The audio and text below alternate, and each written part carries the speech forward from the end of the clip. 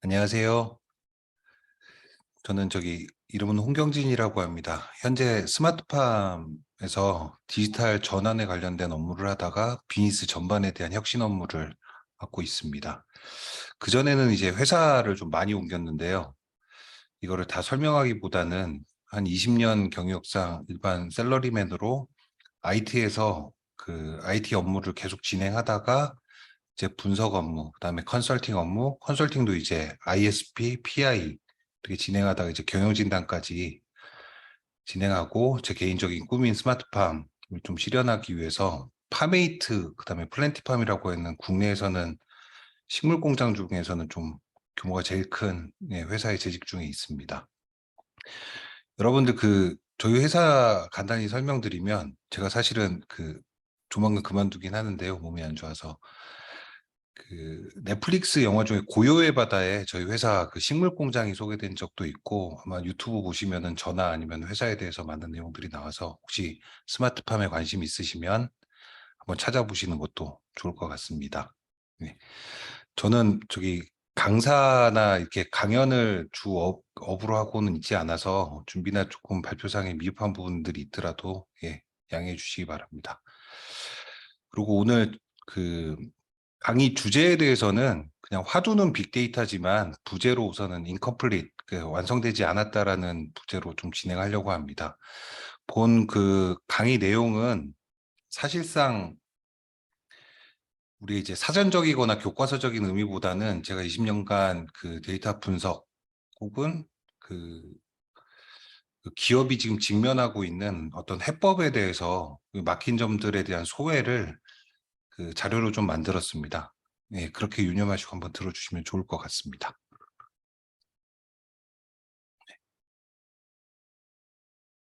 넘어가네요. 네. 네.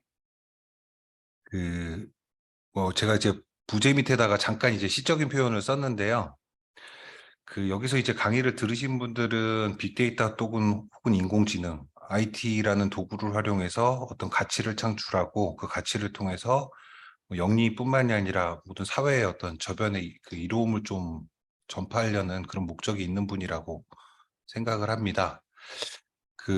지금 제가 인용한 글은 전체 블루오션 시프트라는 김희창 교수님이 쓴 책 앞절에 월트 휘트만이라는 작가이자 유명한 시인이 한 말인데요. 우리 모두는 개인으로건 집단으로건 우리 모두가 인생과 역사라는 역정의 드라마에서 어떤 의미 있는 한 줄을 보태려고 한다입니다. 네. 그리고 제가 좀 까칠한 인트로를 만들었는데요. 우리가 데이터를 보는 것은 결론을 먼저 말씀드리면 우리가 어떤 도구를 잘 다룬다라는 그런 스킬도 중요하겠지만 사실은 문제를 발굴한다라는 이 관점이 매우 중요합니다. 그 관점에서 조금 여러분들이 알고 있는 질문을 좀 던져보겠는데요. 제가 한번 읽어보겠습니다. 정치인들은 자신들만의 정보를 독점하여 권력을 장악하고 재벌가들 또한 일반인들이 알지 못하는 정보를 독점하여 부를 쌓아간다. 네. 다 들어보셨죠? 이 내용으로 사실은 많은 일반인들이 내가 부를 창출하거나 경제적 자유를 얻기 위해서 도대체 어떤 정보들을 독점하고 있지라는 질문들을 가끔 하는데요. 이 내용으로서 좀 이야기를 한번 이어가 보겠습니다. 부와 권력을 이끌어주는 그 정보란 것은 이거는 제가 정의하는 것이겠지만 우리가 실제로 가치 있는 것들은 이제 단편적으로 우리가 해석할 수 없는 정보라고 저는 생각합니다. 그래서 우리가 뭐 기업에서도 뭐 좀 까칠한 이제 경영진들을 보거나 아니면 사회 활동을 하면서 뭔가 어떤 해법이나 요령이 있다라고 판단해서 그런 것들만 이제 주안점을 두고 찾아가는 분들이 계신데 그분들한테 어떤 단점을 꼭 이끌어서 한번 얘기를 해보자면 그건 아마 단편만을 보려 하고 아까 말씀드렸던 요령이나 어떤 특정 방법만 찾는 분들이 아닐까 싶습니다. 근데 실제로는 성취를 이끌어내려면 뭐 표현상 이제 본질이라고 할 텐데 우리가 단편적으로 해석하거나 이런 정보가 아닌 맥락에 가까운 어떤 정보들을 얻어내야 이건 정보라고는 할 수 없겠죠. 뭐 제일 많이 쓰는 단어가 지혜일 텐데요. 이런 부분들이 있어야만 사실은 우리가 성취를 이끌어내거나 아니면 그 사업적으로 우리는 공감받아야만 어떤 이제 사업을 이끌어 나가고 그 지속 가능한 이제 수익을 창출해낼 수 있다라고 하는데 그 관점에서는 이런 사실은 본질이 있을 것 같습니다. 이게 어느 정도 단련된 사람들한테는 더더욱이나 중요한 부분들이 사실은 단편을 보더라도 전체의 맥락을 보고 거기서 뭔가를 예지해내거나 예측해낼 수 있는 뭔가를 이끌어낸다라는 점입니다. 이게 데이터를 분석하거나 실제 경영을 하는 사람들에게서는 매우 중요한 자질이며 이거는 그 어떤 공부를 해서 만들어지는 게 아니라 유구한 시간 동안 그 경험의 중요성을 잘 알고 축적해 나감으로써 조금씩 그 수준이 높아진다라고 볼 수 있습니다. 이게 우리가 사업을 하거나 직장 생활하는 젊은 분들한테도 꼭 그 사회 선배로서 꼭 얘기해 주고 싶은 내용이고요. 예. 요 앞에는 이런 글이 좀 많아요. 예. 부제는 저희가 그 빅데이터가 2009년에 버즈워드로 나왔을 때 그 좀 그 선지력이 있는 개발을 하는 개발을 업으로 하고 있는 그 경영자들이 제일 많이 했던 말이 데이터 이즈 머니였습니다. 근데 잘 생각해 보면 빅데이터라는 말이 나왔기 때문에 이거는 이제 금전적 가치를 갖고 있다라고 보기보다는 그 데이터 이즈 파워라고 봤을 때는 맨 앞서 그 명제로 드렸던 독점적인 정보가 무엇일까라는 부분에서는 이미 아주 오래전부터 이 데이터가 갖고 있는 가치가 어느 정도다라는 것들을 좀 이해할 수 있을 것 같습니다. 예. 그 데이터가 갖고 있는, 그러니까 정보가 갖고 있는 그 무엇을 가치라고 보면, 예, 우리가 기업을 한다 아니면은 데이터를 분석해서 유의미한 전달 가치를 만든다라는 관점에서 우리는 그 어떤 가치를 발굴할 수 있는지 이게 우리 그 인생에 계속 걸려 있어야 될 질문이고요. 그리고 이 가치가 마냥 뭐 100년 후에 200년 후에가 아니라 현재 또는 가까운 미래에 그 가치를 충분히 공감받을 수 있고 사회에서 수익을 이끌어낼 수 있는가. 이 질문이 사실은 가장 궁극적인 질문이고요. 어, 어떻게 보면 이 질문에 대한 어떤 근거들을 얘기해 주는 게 이번 시간에 제가 전달드리고자 하는 바일 수도 있겠다 싶습니다. 요거는 제가 20년 동안 살면서 답답했던 부분인데요. 그러니까 저도 한 100명이 넘는 부하 직원들, 그다음에 IT 100명이 넘는 IT 종사자들, 뭐 소위 얘기하는 개발자들이겠죠. 이분들이 다른 우리가 보고 있는 이제 직업의 귀천은 없겠지만 다른 직종으로 봤을 때 이거 어떤 평가를 내리는 게 좋겠다. IT에서는 뭐 이제 코더, 테크니션, 엔지니어, 뭐 아니면 크리에이터 이런 얘기를 합니다. 약간 저기 편마하는 형태로. 코더는 요건이 명확히 주어지면 그냥 우리가 기계적으로 일해서 어떤 IT 산물을 만들어내는 부분. 테크니션은 그 비즈니스적 요건을 그 기술적으로 해석해서 그 요건을 충족해서 이제 개발적 성과물을 만들어내는. 엔지니어는 고객이 갖고 있는 문제를 발굴하거나 사회가 갖고 있는 문제를 발굴해서 여러 가지 기술 요소를 융합하고 조합해서 그 밑그림 단부터 예, 그 성과품을 만들어내는. 예, 그다음에 크리에이터는 사회에 없던 가치들을 이제 발굴해내는 그런 같은 개발자라도 이렇게 약간 등급을 나눠서 이제 표현하는 바들이 있는데요.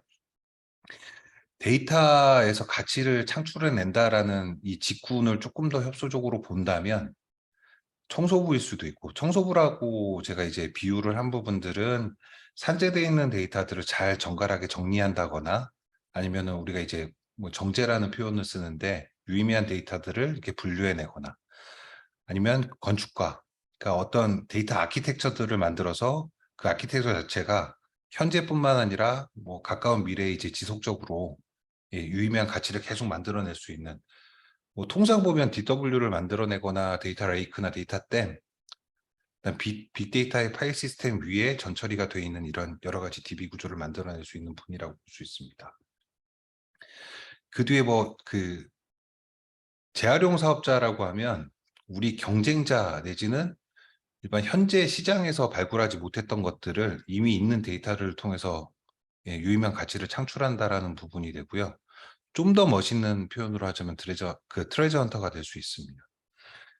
지금 만약에 그 이런 사업 또는 데이터 분석가로서 데이터 사이언티스트로서 이 시장에 이제 진출하려고 하는 여러분들의 입장에서는 뭐 이 모든 자질을 갖고 계셔야겠지만 그래도 마음속에는 트레저 헌터가 되고 싶은 마음이 좀 많을 것 같습니다. 아니면 그만 개발자. 그냥 개발자라고 하는데 이거는 제가 이제 속된 표현으로 뭔가 막 하고 싶은 그 개발자의 궁극적인 꿈은 자기가 개발한 것들을 사용자가 정말 마음껏 사용할 수 있는 그 풍경이거든요. 근데 실제 개발의 그 개발 업무를 실제 진행하고 이런 관점에서는 이걸 잃어버려요. 어떤 개발자들은 그냥 도구, 뭐 예를 들어서 어떤 그 신규 기술들, 코딩 기술들을 파악해서 그 요건과 맞지도 않음에도 불구하고 여러 가지 자기한테 유의미하거나 좀 자기한테 이제 뭐라 그러죠? 좀 친숙한 이런 도구들을 쓰는데 급급한 분들도 계시고 어떤 분들은 요건보다도 자기 자의적 해석에 좀 집중해서 쓰시는 분들이 있는데 이런 것들은 앞서 말씀드렸던 것처럼 사실은 우리가 하는 이 일 자체는 그 사회에 있는 내가 만든 성과품들을 활용하고 있는 또는 사용하고 있는 이분들한테 공감을 받을 수 있는 이 명제에서는 사실은 온당한 방법들은 아니죠. 그래서 이제 그냥 개발자라는 표현을 썼습니다. 예. 그 이게 제가 지금 한 50페이지 정도 장표를 준비를 했는데요. 어, 이거는 그 제 인생의 진리 같은 거여서 이게 아마 장표 중에서 가장 비중이 높은 장표가 아닐까 생각합니다. 계속 반복해서 말씀드릴 수도 있지만 우선은 여러분들의 생각, 관점 자체를 리디자인할 필요가 있습니다. 제일 중요한 게 본질이에요. 그리고 그 본질을 보는 눈인데요. 그 요령과 방법보다는 당신의 우리가 갖고 있는 앞으로 이제 인생이라는 건 다 성장을 기반에 하고 전제로 하고 있습니다. 그 관점에서 우리 성장 속도를 남다르게 하는 거는 뭐 복잡한 방법이나 여러 가지 해법들을 갖고 있는 게 아니라 사실은 이 어떤 관점을 갖고 있는 겁니다. 그래서 이제 제가 제안 드리는 건 세 가지 관점과 그 관점에 이제 잘못된 어떤 오해나 리스크를 발생할 수 있는 여지가 있는 것들에 대한 주의사항입니다. 첫 번째는 데이터를 보는 그 데이터에서 본질을 보는 눈인데 쉽게 말씀드리면 현상을 보는 눈입니다. 현상이라고 하면 우리가 보고 있는 대상의 특정, 그다음 변화, 그다음 변이점, 불확정성 같은 것들을 구조화해서 볼 수 있다라는 거고요. 이거는 뭐 분석 이론을 공부하신다고 하더라도 쉽게 마련되는 것들은 아니지만 모든 우리가 면하는 세상의 모든 그 나를 제외한 일들 자체를 현상이라고 보면 또는 내 피드백 자체도 이제 현상이라고 본다면 그것들을 계속 유념하고 보고 있으면 자연히 생겨나는 눈일 수도 있습니다. 그리고 내가 볼 수 있는 현상을 어떤 경계화해서 그 지정해서 볼 수 있는 이 선별력도 매우 중요한 부분들이고요.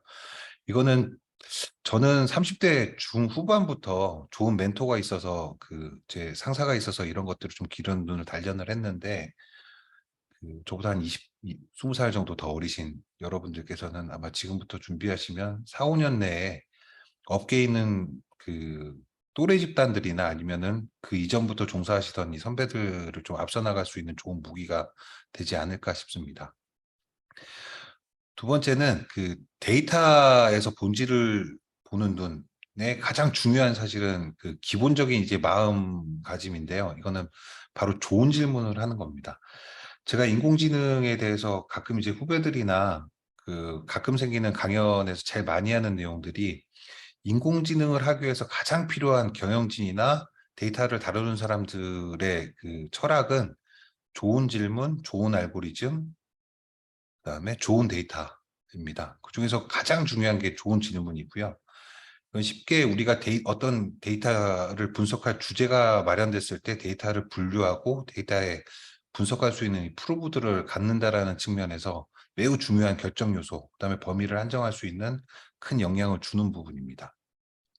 그리고 이 좋은 질문 자체가 사실은 가치 발굴에는 매우 중요한 척도가 되고요. 특히나 생산성 내지는 기존에 없던 방법들을 새로운 방법으로 이제 변화시켜서 주는 부분에 대해서는 매우 중요한 그 효율성 척도가 될 수 있습니다. 제가 지금 있는 곳이 그 스마트팜이 있는 그 평택 공장인데 바로 옆에 미군 기지가 있어요. 그래서 혹시나 이제 잡음이 있더라도 좀 양해해 주시기 바랍니다. 그 좋은 질문에 대해서 쉽게 말씀드리면 이거는 사실은 경영진이 가져야 될 가장 좋은 그 중요한 지표 중에 하나인데, 우리가 어떤 현상이 있을 때 문제를 보고 그다음에 문제에 대한 근본 원인을 찾는데도 이 좋은 질문, 즉 좋은 가설이 매우 중요한 척도입니다. 이게 우리가 직관적으로 어떤 문제를 바라보는 것들을 조금 더 이제 구체적이고 구조적으로 만들어내는데 있는 부분들이라, 아까 제가 제일 큰 명제가 이 데이터 분석에서는 정치 권력자나 아니면 이제 그 부를 쌓은 분들이 독점하는 정보가 있다라는 것도 질문이 될 수 있는데, 그 좋은 질문이 사업의 비즈니스 모델을 만드는 구조일 수도 있고 여러 가지 해법이 될 수도 있다라고 보고 있습니다. 그리고 데이터를 분석하는 분들은 시장 전반을 볼 수도 있지만 특정 산업 영역이나 아니면 특정 문제를 보게도 되는데요. 제가 그 정확히 제 밑으로 186명의 부하 직원들이 제가 살면서 이제 지나갔는데, 그 약 200명 되는 부하 직원들 중에 제가 한 10년 전부터 제일 많이 하는 말이 제발 도메인 날리지를 쌓아라. 현장에 가도 좋고 우리 회사에 그 도메인이 있으면 거기서 살아도 좋다. 그러니까 IT나 어떤 기술적 해법들을 제안하기 전에 무조건 본인이 만족할 수준까지는 도메인을 쌓아라. 도메인을 쌓는 방법은 그 실제 운영하고 있는 분들의 도움이 보탬이 되는 일일 수도 있고 실제 그 일을 해도 좋다입니다. 그 이유는 간단하게 그 해법을 찾고 가치를 발굴하는 데 있어서 도메인 지식의 깊이가 정말 그 지수적 상관관계를 갖고 있습니다. 근데 제가 본 그 저희가 이제 소위 개발자라는 유전자를 갖고 계신 분들은 이 도메인 지식에 대해서 조금 등한시하는 풍모가 많아요. 그게 대한민국의 IT 기술, 특히 소프트웨어를 개발하는 관점에서는 상당히 큰 국가 경쟁력을 망치는 요소라고 보고 있고요. 그게 옆에 있는 그냥 통상 어디 언론에서 나오고 있는 아주 높은 거시 지표, 뭐 예를 들자면 그 드론 기술이 발달했을 때 언론이나 저널리스트들이 제일 먼저 보여준 사례가 드론으로 피자 배달하는 모습이었습니다. 근데 실제 피자 배달을 드론이 하게 하려면 그거는 그 드론 기술의 끝판왕이라고 하거든요.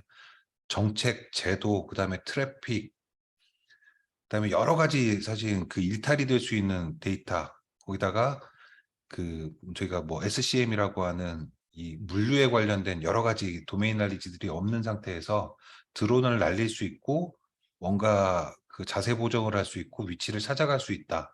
이런 측면으로 바로 이제 구현할 수 없었던 기술들인데, 그런 부분들을 몰이한 관점에서 이걸 만들 수 있다라고 접근하는 것 자체가 사실은 문제가 되는 거로 보는 거고, 국내는 의외로 그런 것들이 되게 많아요. 예를 들어서 국가 과제가 일어나더라도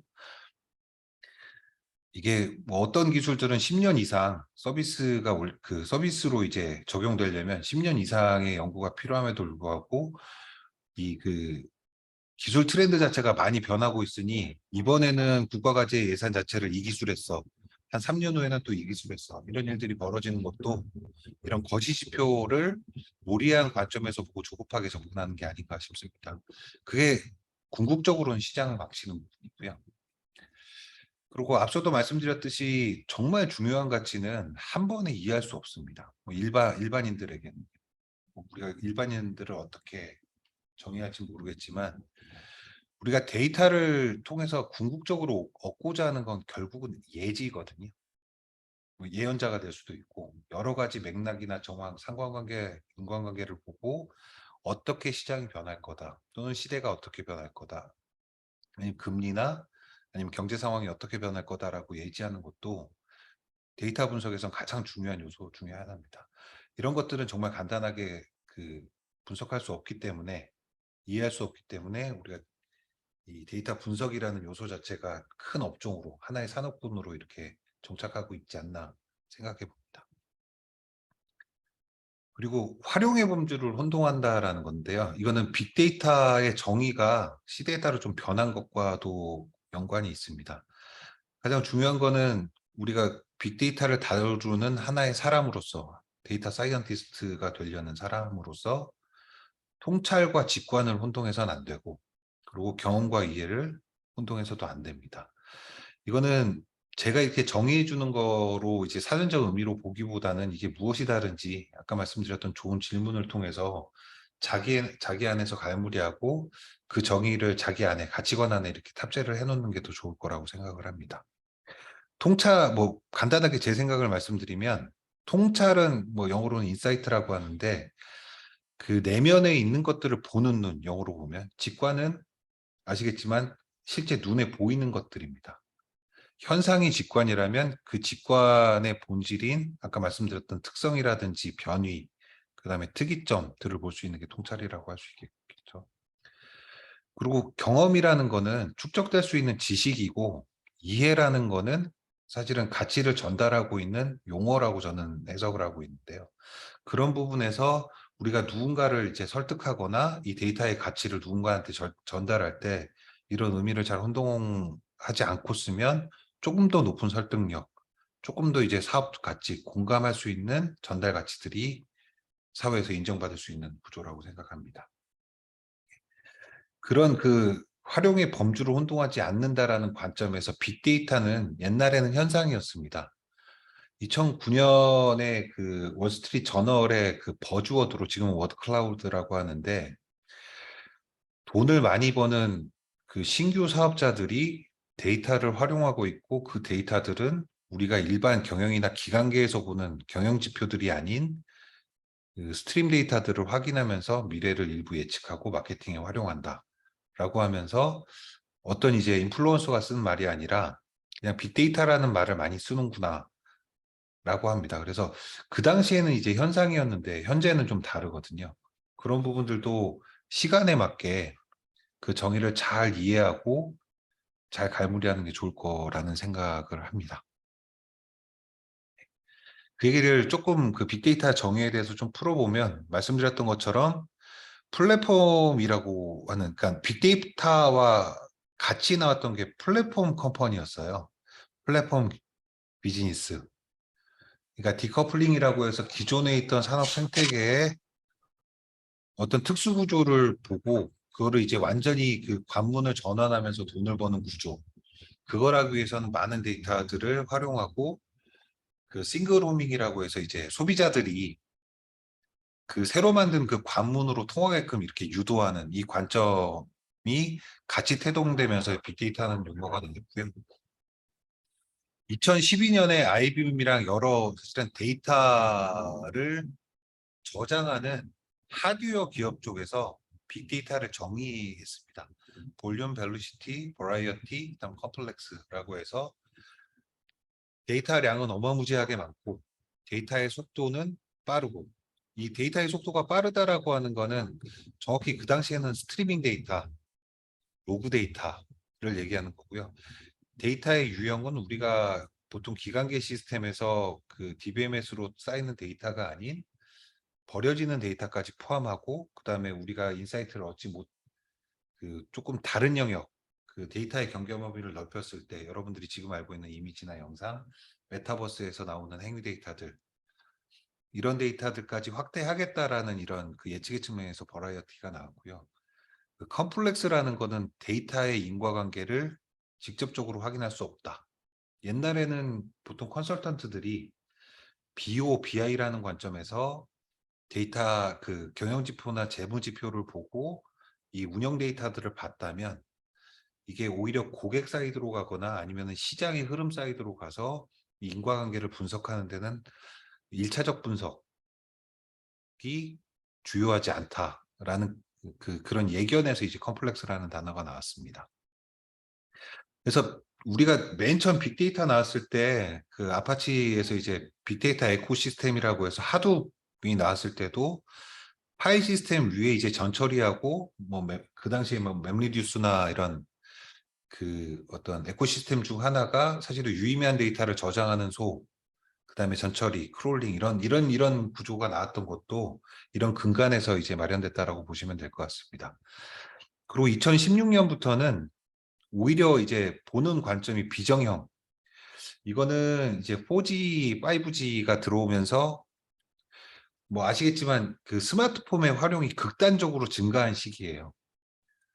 그래서 빅데이터를 낳는 이 그 형태소의 핵심은 휴대폰이다라고 해서 휴대폰에서 올리는 우리가 소셜미디어에서 보고 있는 이제 이미지, 영상, 사운드 데이터. 예, 그리고 엄청난 투자가 일어났던 거는 바로 그 유의미한 데이터를 이제 선별하고 분류하는 구조의 데이터 전처리들이 이제 기간 투자가 일어나기 시작했습니다.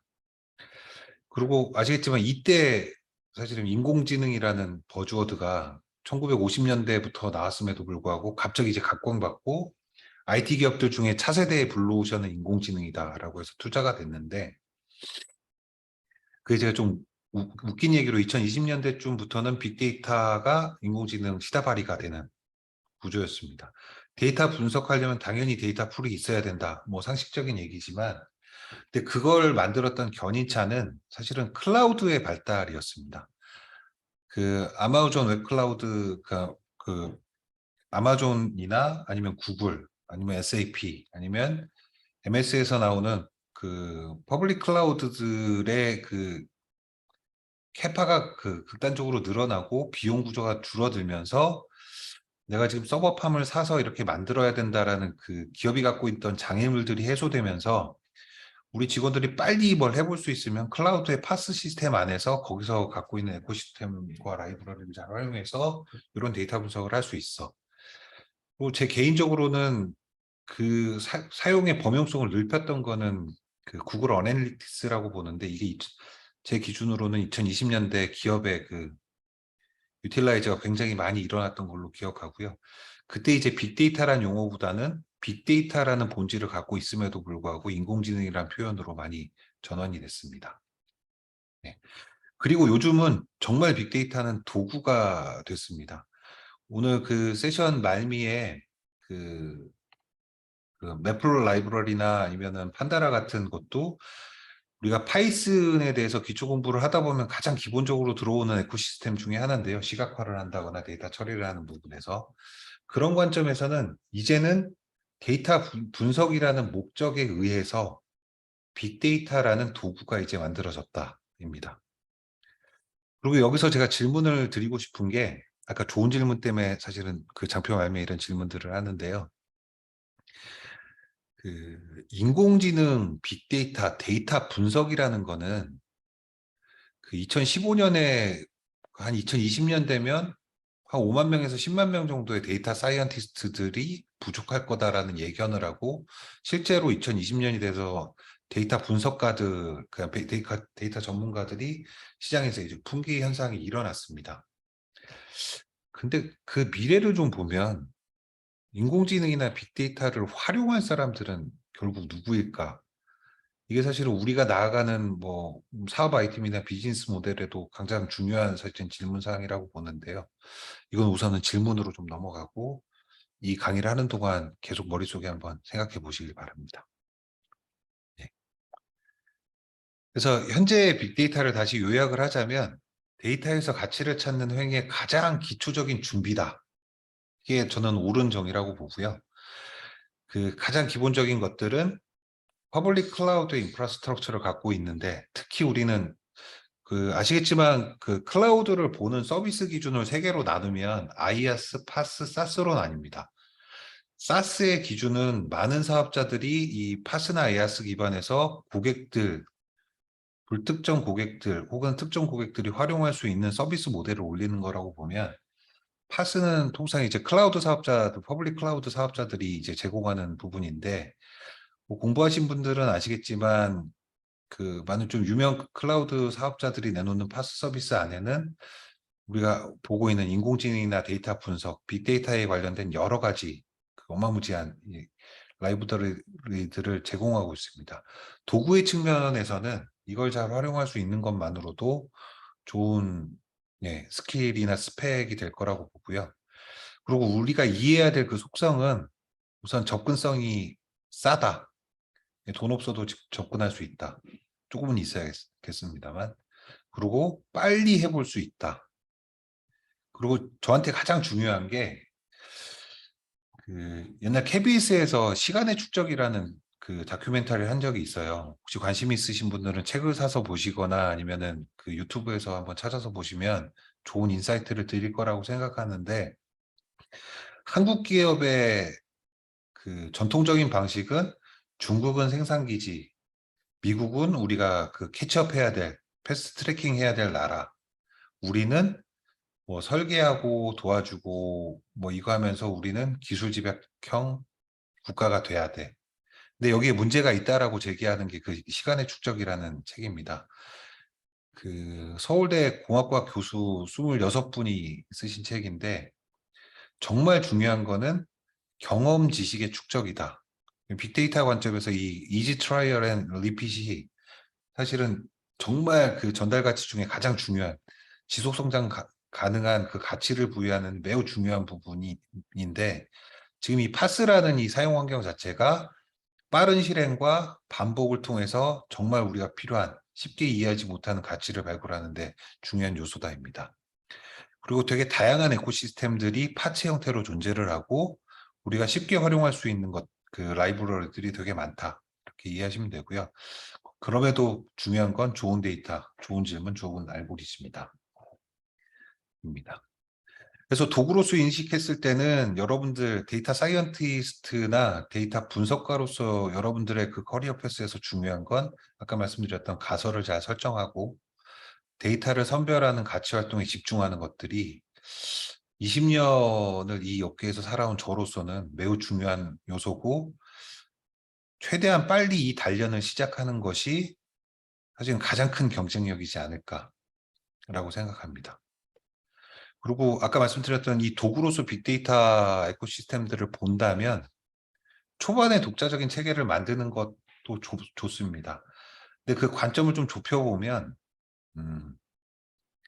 내가 뭐 만족할 수준으로 충분히 이해할 수 있는 사회의 어떤 특정 문제일 경우에는 이 독자적 체계를 만드시는 게 큰 의미가 있고, 뭐 나중에 간단한 예도 한번 말씀드리겠지만 어떻게 보면 뭐 대박 나는 이런 사업 계획이 될 수도 있습니다. 그게 아니라 내가 뭐 돈이 없거나 그 창업을 할 수 있는 돈이 없거나 아니면은 창업을 하기 위한 그런 사업 가치를 창출하기 위한 근로 가치의 경험을 쌓는다라는 관점에서는 보편적인 도구들에 대한 활용법들을 이 과서를 설정하고 데이터를 선별하는 이 관점에 단련을 하면서 조금씩 이제 숙지해 가는 게 좋지 않을까라고 생각을 합니다.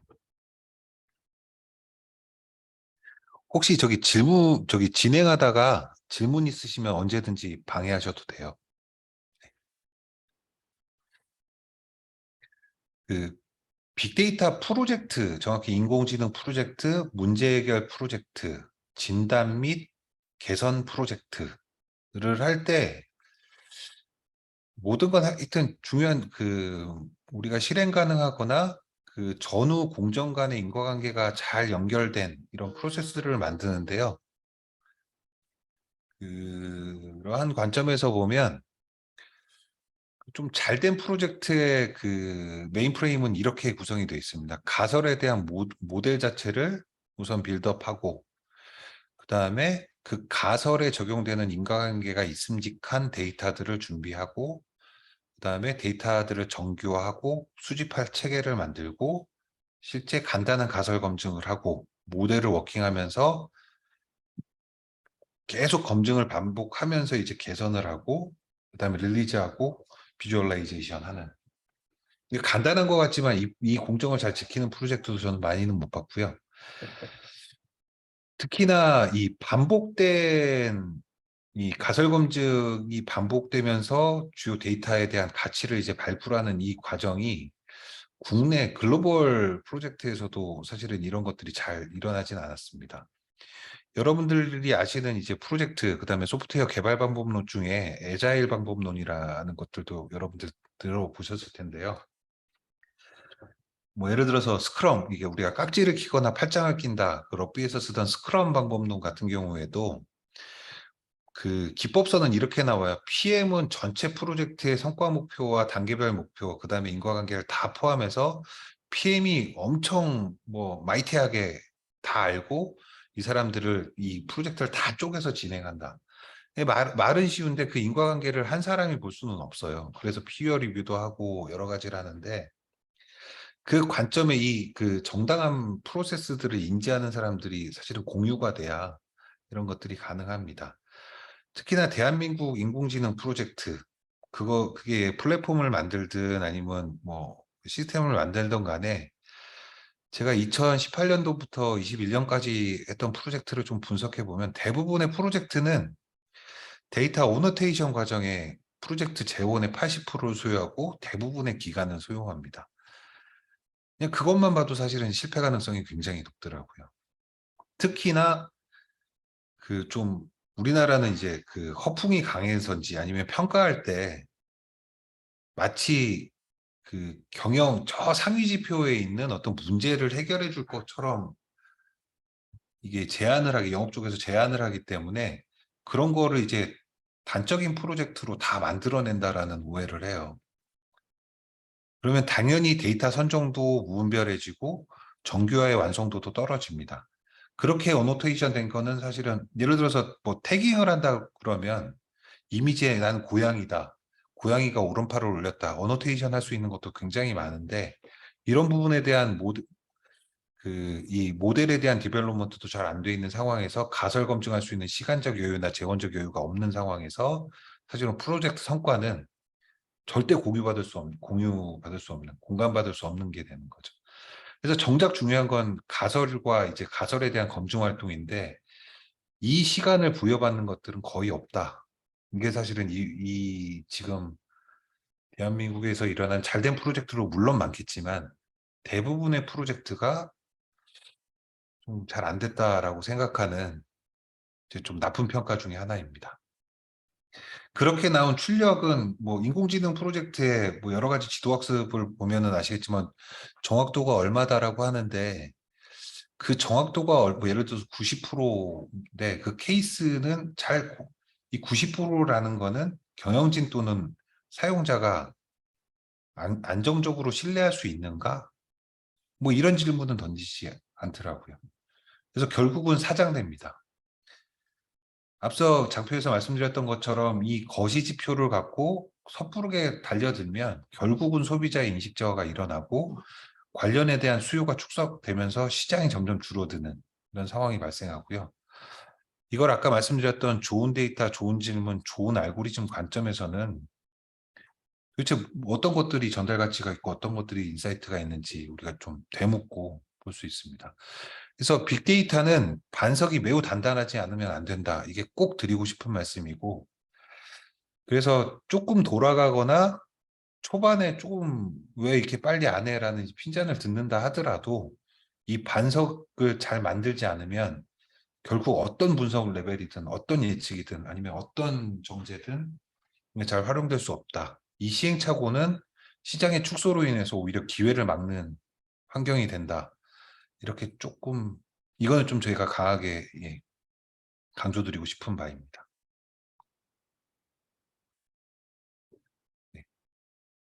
빅데이터를 조금 더 큰 범주에서 보면 빅데이터가 만들어지는 과정이라는 표현을 했는데요. 사실은 구조화입니다. 우리가 지금 그 세션에서 이제 DBMS라는 가장 기초적인 게 아니라 가장 기본적인 것들을 배우는데 기본은 매우 중요하잖아요.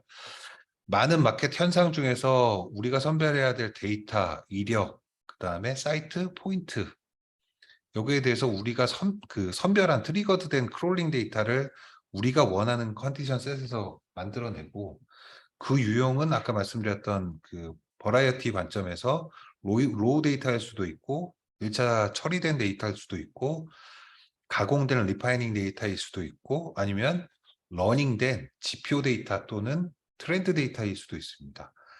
이런 관점에서의 전처리가 매우 중요하고요. 그 관점에서 데이터를 쉽게 꺼내 쓸 수 있는 레파지토리 DB를 구성하는 게 매우 중요하다고 생각합니다.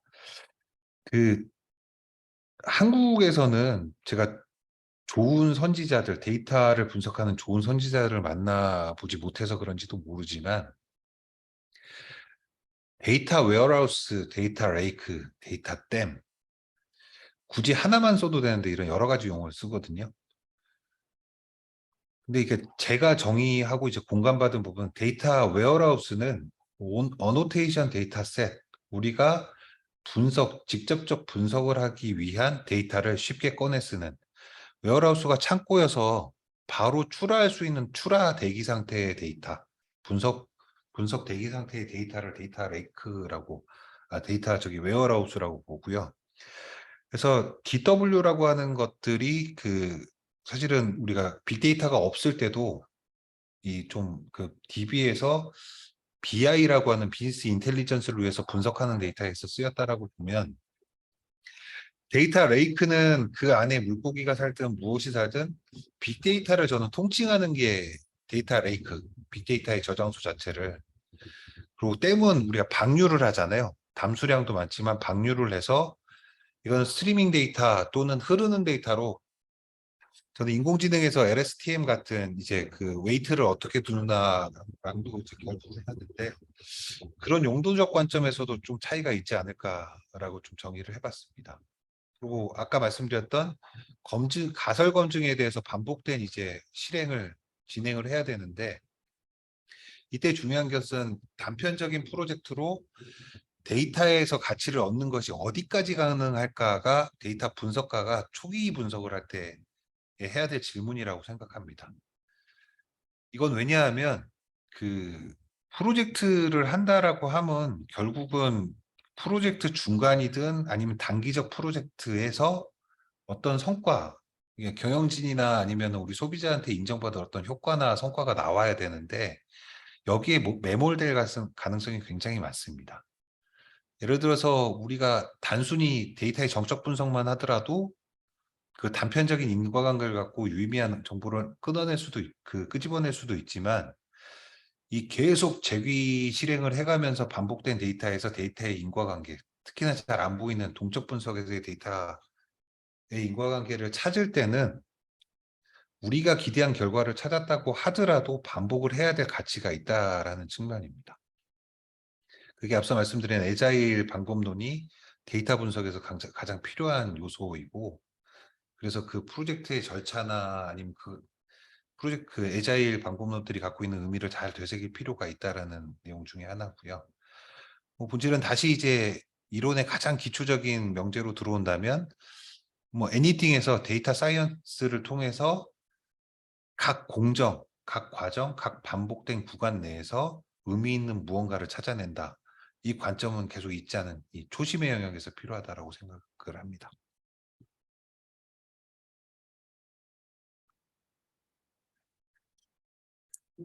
질문이 요거는 있습니다. 네네.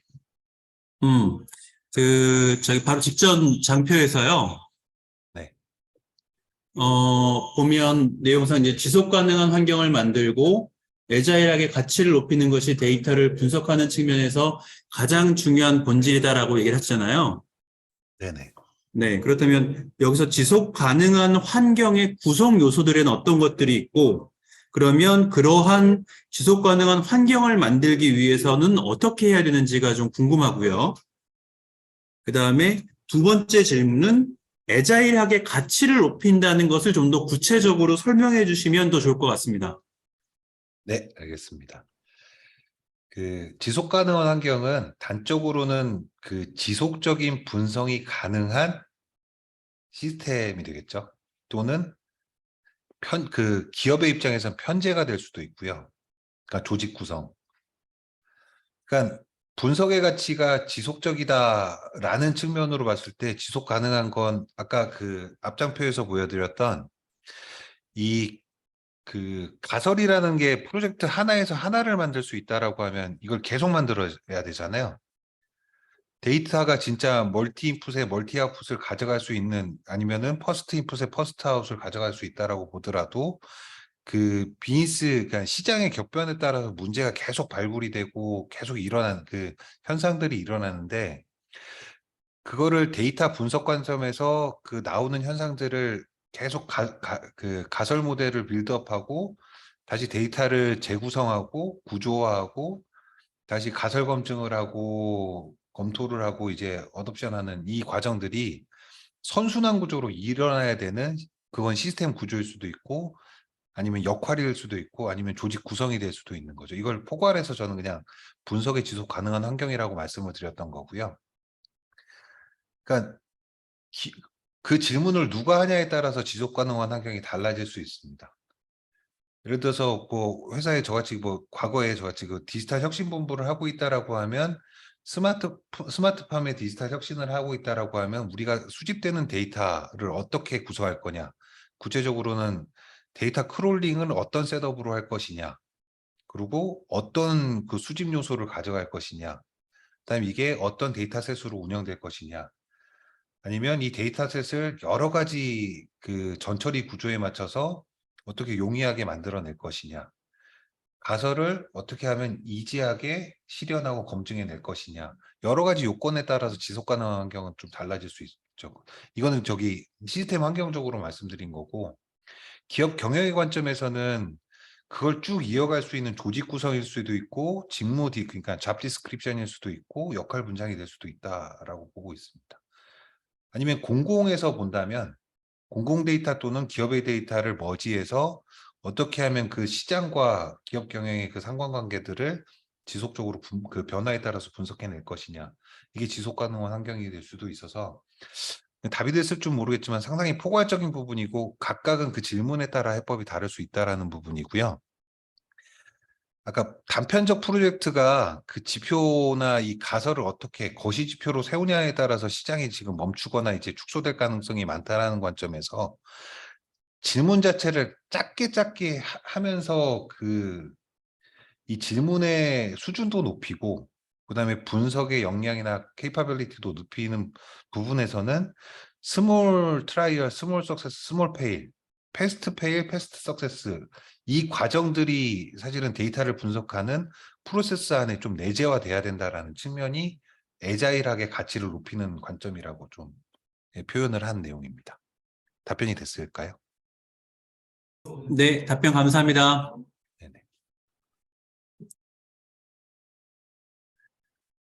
네.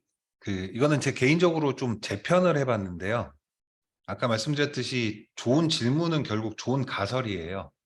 그러니까 데이터 간의 인과관계, 시장의 변화와의 인과관계들을 갖고 지금까지 분석을 했던 경험적 지식으로 사실은 이 데이터를 분석하는 사람 또는 조직에 마켓 인사이트가 생긴다입니다. 이게 제일 중요한 요소고 궁극적으로는 이게 아웃풋으로는 소비자나 정확히는 이제 밸류 프로포지션이죠.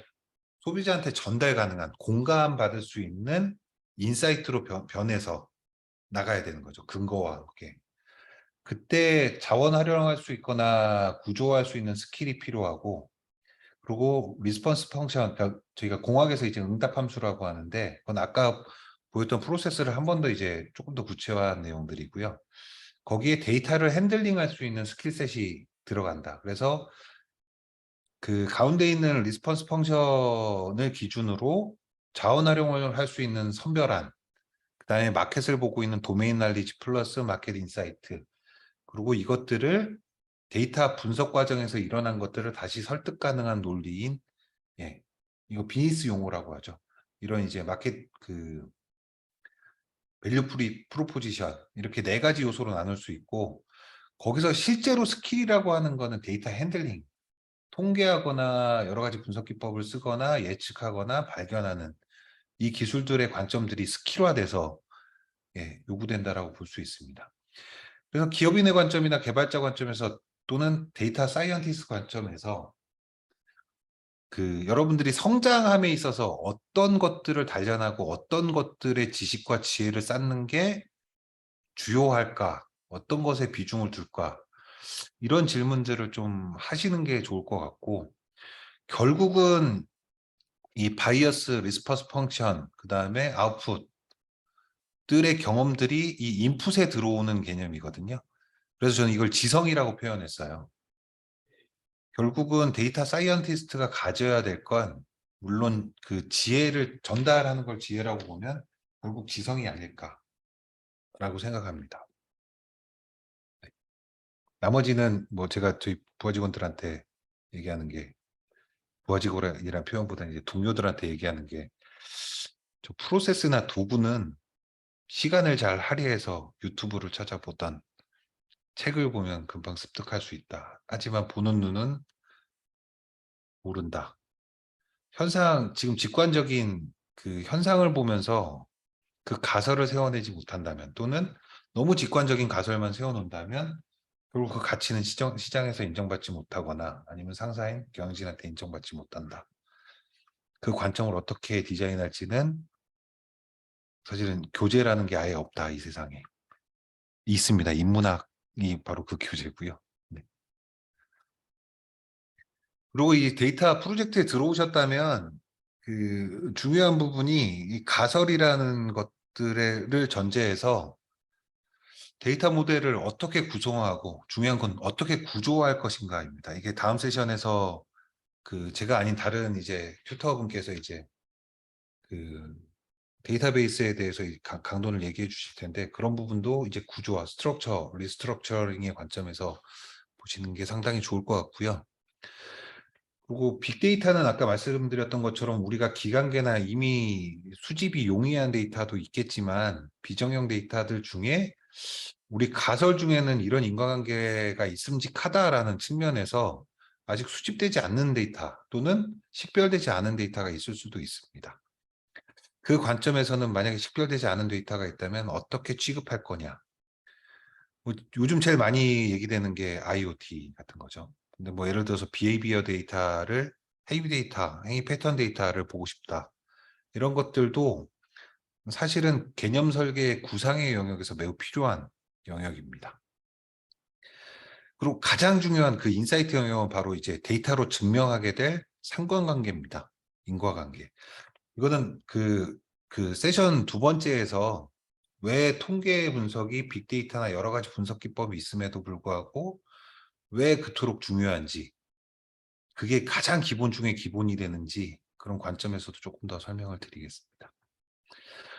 그리고 원하는 결과가 나오지 않았을 때는 아까 말씀드렸던 리그레이션, 익스큐트, 뭐 오버 앤 오버 이걸 어떻게 재정의해서 할지 그 공교롭게도 그 우리가 그 랩이라고 하잖아요. 그 연구하고 실험하는 것들은 통상 반복 실험이나 비교 실험들을 진행하는데 그 실험이 태생했던 것도 농업이라 그래요. 근데 지금 뭐 농업은 많이 낙후되고 이제 투자 가치가 떨어지다 보니까 이 실험이 오히려 전문화되거나 구체화되진 않았는데 다른 화학이나 투자가 많이 됐던 원천 기술 쪽에서는 이 프로젝트 계획을 했을 때 실패했던 내용들. 뭐 예를 들어서 우리가 비즈니스 플랜을 세우고 창업을 할 때도 뭐 통상 얘기하는 게 잘 되는 전략만 세우는 게 아니라 출구 전략을 세우거나 언제쯤 사업의 진척도나 그 성과를 가늠해서 탈출하거나 아니면 비즈니스 모델을 전환할 거냐라는 넥스트 플랜에 관련된 내용들이 있습니다.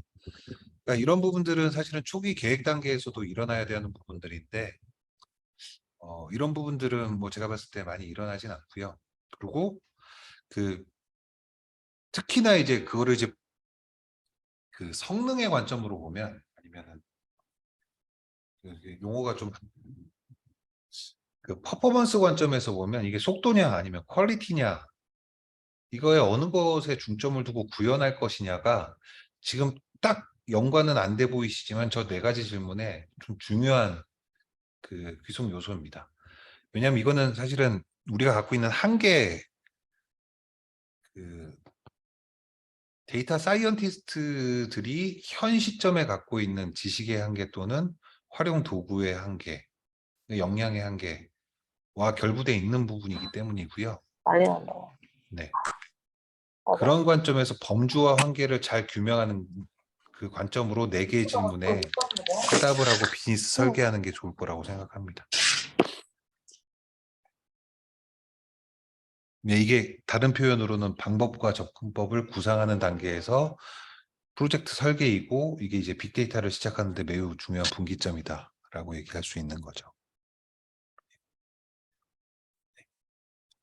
그 통상 다른 많은 강의에서는 사례를 얘기를 해요. 근데 그 사례는 너무너무 많아서 제가 몇 개를 이렇게 해드리는 건 큰 의미는 없어 보이고 이건 아까 말씀드렸듯이 인터넷 검색하면 다 나옵니다. 이것도 관점으로 어떤 분야를 보냐가 되게 중요할 부분이고요. 제가 드리고 싶은 말씀은 오히려 실패한 사례를 많이 보시는 게 도움이 될 것 같습니다. 우리가 보통 좀 잘 나가는 기업들, 뭐 포춘 100대 기업이나 아니면은 뭐 미국에 있는 비즈니스 라운드 테이블에 있는 200대 기업들 보면 이제 보통 단위 프로젝트에 대해서 화이트 페이퍼 백서들을 내는데 그중에 이제 실패 사례들을 묶어서 내는 경향도 있는데 이런 걸 찾아보시면 참 좋을 것 같고요. 그 제가 느꼈던 건 앞에 실패 사례들 위주로 전 좀 설명을 드린 부분입니다. 그리고 데이터 분석이란 건 아까 지금 제가 계속 반복해서 말씀드린 것처럼 상관관계와 성향, 트렌드를 갖고 있음직한 가설화할 수 있는 모든 문제에 의미가 있다라고 보고요. 확률적으로 이 확률적이라는 부분이 우리가 분석의 가장 중요한 요소, 쉽게 빼먹는 요소가 이 확률입니다. 그래서 확률적으로 유관한 정보가 존재한다. 그 확률이 낮던 간에 높던 간에 그게 존재한다면 크기와 양에 관계없이 도전해볼 가치는 있다입니다. 이거는 이제 경영자의 인식에도 매우 중요한 트리거 포인트가 될 것 같고요.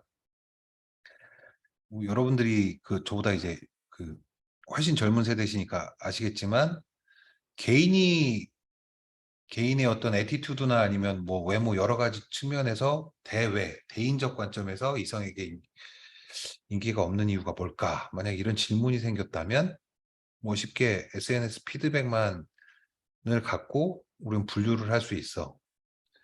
그리고 수집 대상 데이터는 뭐 내가 올리는 비교를 할 수 있는 대주고는 뭐 대박난 팔로워의 보유자의 이제 SNS 계정을 하나 보고 사진, 댓글, 글, 팔로워의 분포, 유형 분석을 할 수 있는 스트럭처를 구성하고 분석 알고리즘은 자연어에서 이제 그 형태소를 추출할 수 있는 분석이나 아니면은 편향성 그리고 이제 버즈워드 이런 걸 써서 결과는 수치로 나타내는 게 아니라 경향성이나 이질성, 분포성을 통계 분석의 지표나 아니면 다른 분석 기법의 지표를 갖고 표현하고 이걸 갖고 1차적으로 가공된 데이터로 2차 가공을 해서 내가 안 좋아진 내가 인기가 없는 이유들을 발굴해낼 수 있다. 확률적으로.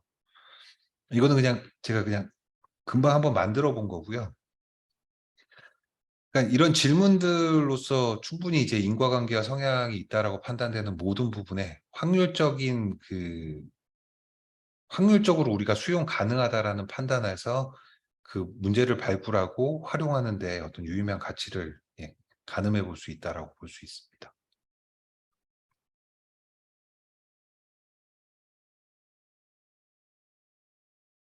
예. 요거는 제가 사실은 이커머스를 한 3년 정도 운영을 대표로 해봤고요. 그 다음에 이제 스마트팜 와서 디지털 혁신하면서 저희 부선의 소프트웨어 팀장님하고 거기 부서원들이랑 한 1년을 싸웠어요. 근데 제가 설득이 안 되더라고요. 이 엔지니어분들을. 나는 인공지능 대학원 다닐래. 뭐 내가 보는 거 다 볼 수 있어. 뭐 랜덤 포레스트랑 뭐 쓰고 뭐 썼더니 정확도가 이거야. 뭐 수확률 식물 공장에서의 환경 데이터만 갖고 수확률 다 만들어낼 수 있어. 제 질문 하나를 했어요. 그러면 식물 공장에 뭐가 좋아져요? 근데 그거를 제가 아주 상처받은 마음으로 이걸 썼어요. 그러니까 맨 위서부터 보시면 우리 개발자가 이거 그냥 납니다. 우리 중에 누군가는 나의 구상으로 소비자를 만족시키고 경제적 이익을 창출하려고 하는가? 그럼 지금까지 설명드렸던 문제를 잘 발굴할 수 있는 관점, 경제적 가치를 가늠할 수 있는 역량, 그다음 가치가 언제 도래할지, 그게 이것들을 쓰고 활용하게 될 아니면은 사게 될 사람들한테 신뢰성을 주고 안정성을 주고 그다음에 이 사업을 확대할 수 있는 경계 범위를 넓히는 관점에서 범용성이 있고 시장에 내놓는다는 관점에서 세그먼트와 타겟과 포지셔닝을 잘 가늠할 수 있는가 이게 관건이죠. 이건 당연히 반복된 실패와 성공으로 결국 길을 찾아낸다. 구글이 첫 번째 창업 자금을 받는데 7년이 걸렸고 20번의 투자 유치 프레젠테이션을 했다고 하고 카카오톡도 10번. 그러면서 사실은 IR 그 프레젠테이션 문서만 바꾼 게 아니라 아키텍처를 바꾸고 고객, 그다음에 전달 가치를 계속 바꿔온 이것도 다 반복된 실패와 성공이라고 본다면 빅데이터, 그다음에 인공지능, 데이터 분석 관점도 반드시 이 과정이 필요하다고 저는 생각을 합니다. 두 번째는 남의 구상으로 전반적 문제 중 이 데이터 사이언티스트가 보고 있는 해결 가능한 것들을 해결해 달라는 요청을 받을 때 아까 그 도메인 날리지의 중대성을 말씀을 드렸는데 여기서 실책은 도메인 날리지를 안 보고 수집된 데이터만 분석하려고 해요. 결코 답이 안 나옵니다. 한옥보다 더 체계적인 도메인에 대한 접근, 현상의 구조화 이런 것들이 선행되거나 이런 것들이 그 내 능력에 아니면 조직의 능력에 이제 내재화되지 않는다면 안 되는 거죠. 이거는 아시겠지만 통상적으로 도구를 쓰는 수준, 그 다음에 그 데이터 사이언티스트가 갖고 있는 그 이론적 구조 아니면 그 지성의 한계에 부딪혀 있기 때문에 통상적 가치 이외에는 어떤 가치를 창출해내기가 힘듭니다. 그렇기 때문에 결국 특정 도메인에 들어가면 갑자기 내가 뭐 예를 들어서 국방 쪽을 잘하다가 뭐 식료품 회사, 가공 공장, 반도체 공장 하다가 갑자기 조선의 그 제철소 이 도메인들에 대해서 단편적 이해만 하고는 호응을 받기 힘든 이유도 그 2단계에서 되게 중요한 거는 그 내 데이터 분석의 가치에 대한 근거예요. 그 근거가 공감받아야만 이걸 쓰겠다, 더 해보겠다라는 게 나오거든요. 그러니까 그런 관점에서도 조금 어렵고 힘든 부분이고, 예. 이번에는 그 정보 자체의 범주가 아예 정해져 있고, 그러니까 이것저것 해보고 싶으니까 뭐 소위 플랫폼이라는 걸 만들어 보자. 얘는 정말 기본이 중요합니다. 통계 기법, 그 탐색적 데이터 분석, 그리고 이 그 도메인 날리지에 있는 그 비즈니스 용어인 스키마 데이터 정보를 갖고 핸들링하고 그거를 아까 구글 애널리틱스처럼 데이터 레포지토리에 얼른 부어놓고 여러 가지 지금 워크플로어 개념을 이렇게 만들 수 있는 그리고 제일 중요한 게 DB의 정형성을 갖고 쉽게 꺼내 쓸 수 있게끔 만드는 근데 이 부분은 주제가 매우 모호하기 때문에 결국은 레파지토리를 만들고 조금 활용성이 떨어지는 DW를 만들고 끝나는 경향들이 있어요. 예. 세 번째는 예를 들어서 여기 계신 분들 중에 한 분이 이제 삼성전자에 있어요. 삼성전자에서 데이터 분석하는 팀이 있는데 갑자기 주식이 떨어지고 그래서 이거 구조조정이 필요할 수도 있고 신규 가치를 찾아보니 모든 부서가 이 일에 매진해 봐. 그래서 그 부서 갖고 있는 생존 가치들을 증명해내지면 안 되는 이 타임라인이 데드라인이 정해져 있을 때 이 정해진 문제를 빨리 풀어봐. 뭐 그게 경쟁력일 수도 있고 새로운 비즈니스 모델일 수도 있고 아니면 제조 원가를 줄일 수 있는 획기적인 방법일 수도 있고 이때는 속도하고 도메인 날리지에 대한 사전 분석 그다음에 가장 중요한 게 문제를 해결할 수 있는 확도 높은 가설이 필요합니다. 점점 도메인 날리지가 중요해지는 이유도 여기 있는 거예요. 여기에 갑자기 그 데이터 잘하는 분 아니면 뭐 다른 반도체 회사 얼른 데려다가 갑자기 야, 네 통찰력으로 이거 문제 풀어봐. 여기서 제일 괴로운 부분이 결국 그게 실패를 하면 뻔한 변명이 나옵니다. 아, 시간이 부족했습니다. 아, 이게 저기랑 다르네요. 여건이 안 됩니다. 근데 저는 이게 그 변명을 한 사람이 잘못된 게 아니라 이 상황이나 환경을 만들어낸 이런 체계, 구조가 아주 잘못됐다고 보거든요. 이거는 아까 말씀드렸던 반복적 실패나 성공의 관점 또는 우리가 유의미한 데이터를 찾는 그 지속적이고 이게 어떻게 보면 시련과 고난인데 이것들을 헤쳐나갈 수 있는 어떤 여유 이런 것들이 없는 부분이 시작 단계부터 없었다라는 거죠. 그리고 마지막이, 이건 뭐 경영진들한테 하는 얘기인데요. 대한민국에 제가 단언컨대 80% 이상의 기업은 표현은 저렇게 하지 않지만 내가 투자 가치를 높이기 위해서, 투자자들한테 잘 보이기 위해서, 아니면 대외 홍보를 위해서 나 뭔지 모르겠고 대회 강 잘 팔아야 되니 뭐 우리 회사도 XX 회사도 빅데이터하고 인공지능 지금 도입해서 엄청 하고 있다고 해. 이건 데이터 분석 필요 없습니다. 그런 회사, 만약에 데이터 사이언티스트의 직무를 갖고는 그런 회사라면 빨리 엑짓하시는 게 좋다라고 보고요. 왜냐하면 그 커리어가 망가지고, 그 데이터 사이언티스트한테 매우 중요한 건 아까 말씀드렸던 지속적으로 축적되는 경험적 지식이라고 봤을 때는, 여기는 밑에 이거예요. 뿌띠급으로 뷰티파이해. 자꾸 시각화해. 그거를 경영진이나 사용하는 유저가 몰라도 좋아. 삐까번쩍하게 만들어줘. 의미 없어도 좋아. 데이터 아무거나 한번 긁어봐. 다른 표현을 하지만 결국은 이렇게 되거든요. 이거는 제가 볼 때는 이 데이터를 분석하고 전달 가치를 만드는 그 관점에서는 사실은 그런 일은 최대한 배제하는 게 좋습니다. 그 옆에 기준으로 봤을 때는, 저 옆에 그 표를 보시면 이 밑은 사기고 낭비고 뻘짓이다. 예, 아무리 내가 그 애사심이 있더라도 저런 짓은 하지 말아야 된다를 얘기해 드리고 싶고요. 위로 올라갈수록 가치나 수익성, 지속성이 담보된다. 이거는 우리 데이터 사이언티스트가 뭐 밖에서 일을 받거나 내가 일을 선택할 때 중요한 결정 요소가 되는 하나의 가늠자가 됐으면 좋겠다라고 생각합니다. 네. 그 빅데이터를 보는 눈을 세 가지만 정리해서 말씀을 드리면, 좀 약간 요약한다라고 보면, 우선은 가치적도로 보면 그 빅데이터, 우리가 분석한 결과 또는 분석하는 행위 자체의 구매력, 그러니까 시장성이죠. 그 다음에 이 차별성은 오리지널리티라기보다는 다이버전스가 가까운 그 다양성, 새로운 식견을 줄 수 있는 것을 차별성이라고 했고요. 그리고 그 데이터를 분석하는 가치가 계속 이제 수직 상승하느냐, 그 반복되면서 정말 그 뭐죠? 사업적으로 이제 활용할 수 있는 가치가 되느냐에는 세 가지의 다른 눈이 각각 존재한다고 봅니다. 이 사람들은 이 세 가지 중에 하나를 갖는 게 좋다라고 보는 거고요.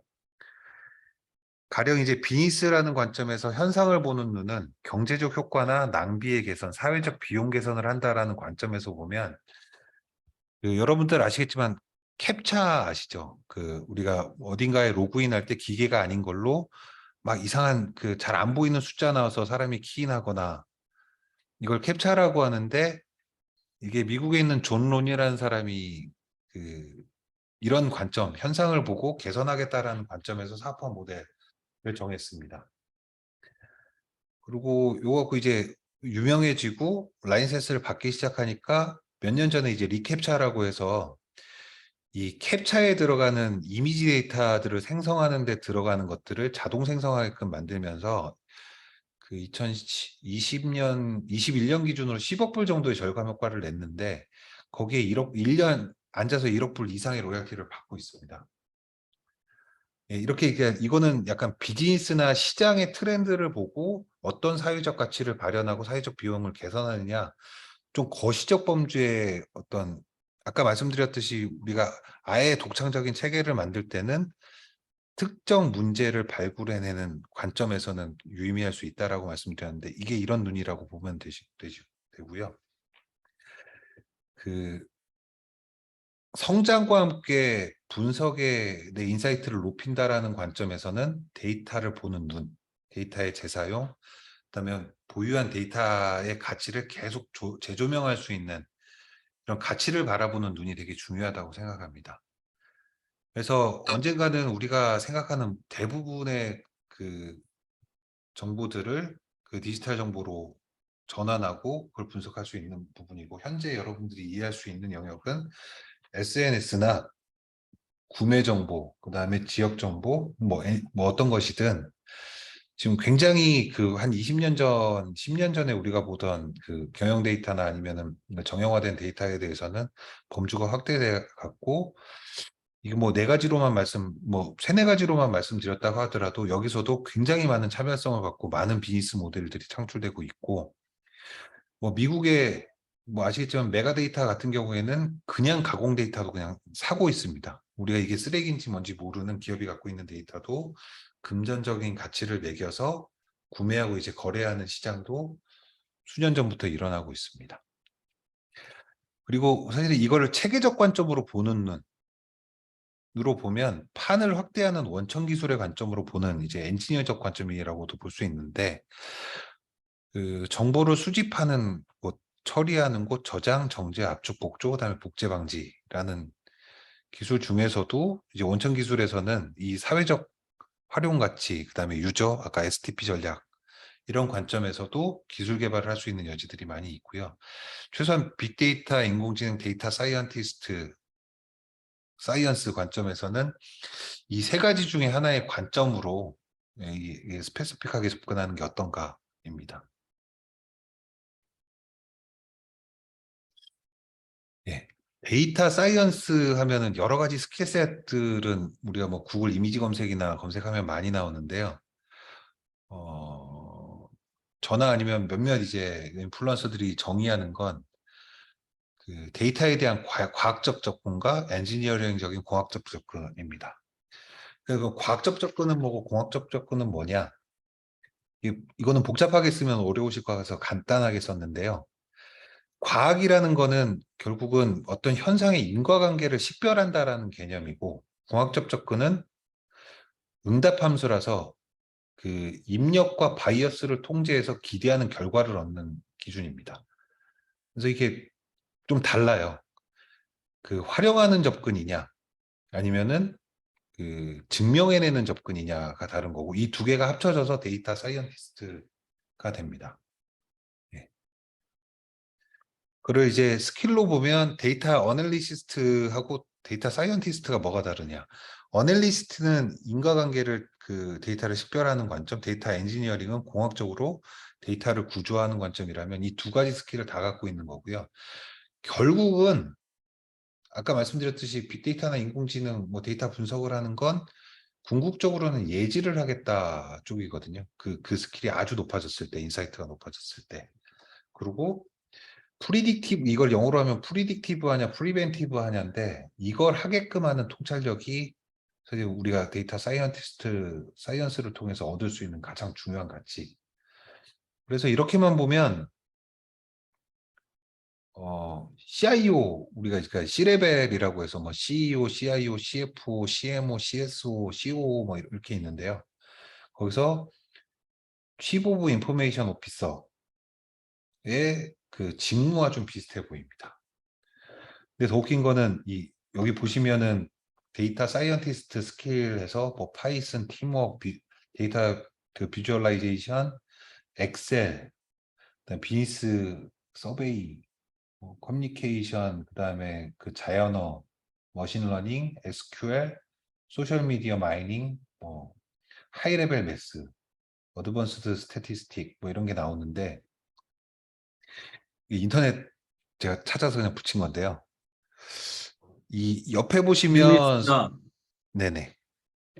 네. 바로 직전 장표에서 질문이 있는데요. 네네. 아마 저기 이거 빅데이터에 관련된 교육을 들으시는 이제 그 청자 입장에서 보면 사실 어떻게 보면 이제 그 향후의 미래 커리어 개발 측면에서 아마 네네. 질문이 더 많을 것 같아가지고 제가 이제 여쭤보는 건데, 결국 데이터 사이언티스트가 빅데이터 쪽에서의 궁극적인 어느 정도 이렇게 레벨업이 된 사람이라고 본다면, 그 사실 처음부터 그런 눈과 그런 기술과 그런 안목을 갖기는 쉽지 않을 거고, 사실 어떻게 보면 그 원의 밑에 두 개 밑에 중에서 보면 데이터 어널리스트로 뭔가 어프로치 커리어를 시작해 나갈 수도 있고, 데이터 엔지니어로서 커리어를 커 나갈 수도 있을 거고, 네. 그러다가 어느 하나의 관점에서 다른 쪽에 대한 난리지까지 이제 흡수하면서 데이터 사이언티스트로 성장하는 모델이 되지 않을까라는 생각이 들어요. 자, 네네. 그렇다라고 하면 그렇게 어프로치를 할 사람들을 위해서 데이터 어널리스트라면 최소한 이런 정도는 베이스를 확보해야 된다. 그리고 데이터 엔지니어로서 먼저 커리어를 쌓아가려면 이런 것들은 해야 된다. 이걸 좀 구분해서 얘기해 주실 수 있을까요?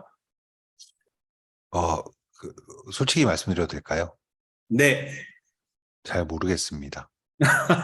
왜냐하면 사실은 이 장표는 거의 뭐 속된 말로 말장난에 가까워요. 음, 왜냐하면 제가 아까 빅데이터하고 부제로 인컴플릿이라고 말씀드렸잖아요. 완성되지 않은 네네. 미완의 단편이라는 표현을 썼는데, 그러니까 많은 리서치 기관이나 저널리스트들이나 아니면은 우리가 지금 하고 있는 건 미래의 데이터 사이언티스트들이 어떤 직무 디스크립션을 갖겠다예요.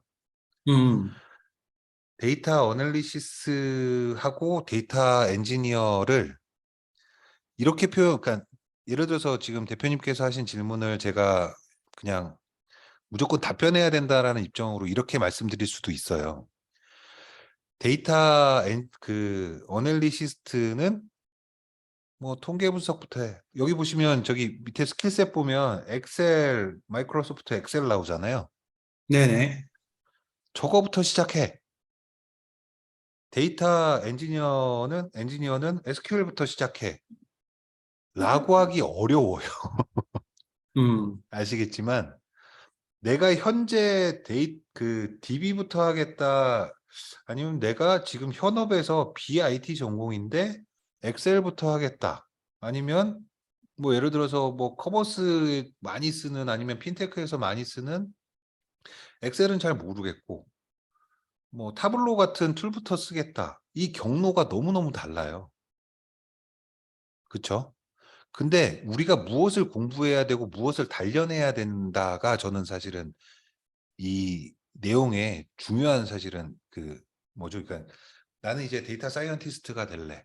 혹은 나는 뭐 애널리스트가 될래. 라고 하는 이 커리어 패스의 그 목표점 있잖아요. 그 목표점에서 어떤 자세를 갖고 있느냐가 사실 그 세션 1의 사실은 그 약간 주제라고 보고 있어서 제가 뭐 최 대표님한테 좀 죄송한 말씀이지만 요령과 방법 없다예요. 관점과 주제, 질문이 존재한다. 음, 그게 잘못된 답변이긴 한데요. 그러니까 저는 파이썬으로 시작하셔도 되고 협업인 팀워크로 시작하셔도 되고 뭐 스태티스틱부터 시작하셔도 되고 수학 공부부터 시작하셔도 되고 소셜 미디어에서 유의미한 데이터가 무엇일까 탐색적 연구인 EDA부터 시작하셔도 되고 무어로 시작하셔도 상관없다예요. 음, 왜냐하면 정도가 없거든요. 중요한 건 데이터 사이언티스트라고 해서 뭐 예를 들어서 아까 예견했던 그 직무 디스크립션에 분류된 구조가 아니라면 제가 느끼는 바는 데이터 사이언티스트는 지금 현황 데이터의 인사이트를 갖고 보고 나서 짧은 미래를 예측하거나 이거예요. 예측하거나 방지하는 저 역량이 데이터 사이언티스트의 스킬이거든요. 그렇죠? 갑자기 패널 토론처럼 됐습니다만. 그래서 뭐 다시 말씀드리면 데이터 어널리스트는 엑셀을 다룰 줄 알고 근데 엑셀도 함수를 뭐 끈덕지게 다룰 줄 알고 데이터 피벗을 이빠이할 수도 있고 엑셀이 갖고 있는 그 시각적 기능을 쓸 수 있다. 이건 저는 아니라고 보거든요. 음, 엑셀에서 셀만 구성해도 되고 아니면 비지오나 파워포인트 갖고도 할 수도 있고 그리고 지금은 가장 접근성이 제가 권고하는 건 파이썬입니다. 음, 왜냐하면 지금 일반인이 접근하기에 너무 좋은 교육 커리큘럼과 이해할 수 있는 많은 튜터들이 존재하고 그리고 독학을 할 수도 있고 그리고 커뮤니티가 크게 형성돼 있기 때문에 비교 평가를 해볼 수도 있고요. 거기에 엔지니어링 요소와 어널리틱스 요소가 다 포함되어 있거든요. 음, 네. 그래서 제가 조선일보 어떤 패널 회의 가서 TV에서 그런 얘기 한 적이 있는데 파이썬은 보통 그 70세 복독방에서 훈수 두는 할아버지도 저 장기 보고 파이썬은 공부할 필요가 있겠다.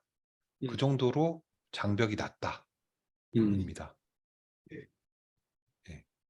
알겠습니다. 그래서 네, 그 이 커리어 패스의 그 중요한 게 아까 절차라는 말씀도 해서 최 대표님 말씀도 큰 의미가 있지만 그 우리가 이렇게 뭔가 이제 커리어 패스를 하다 보면 그 단계마다 서로의 그 단계적 목표를 조정하잖아요.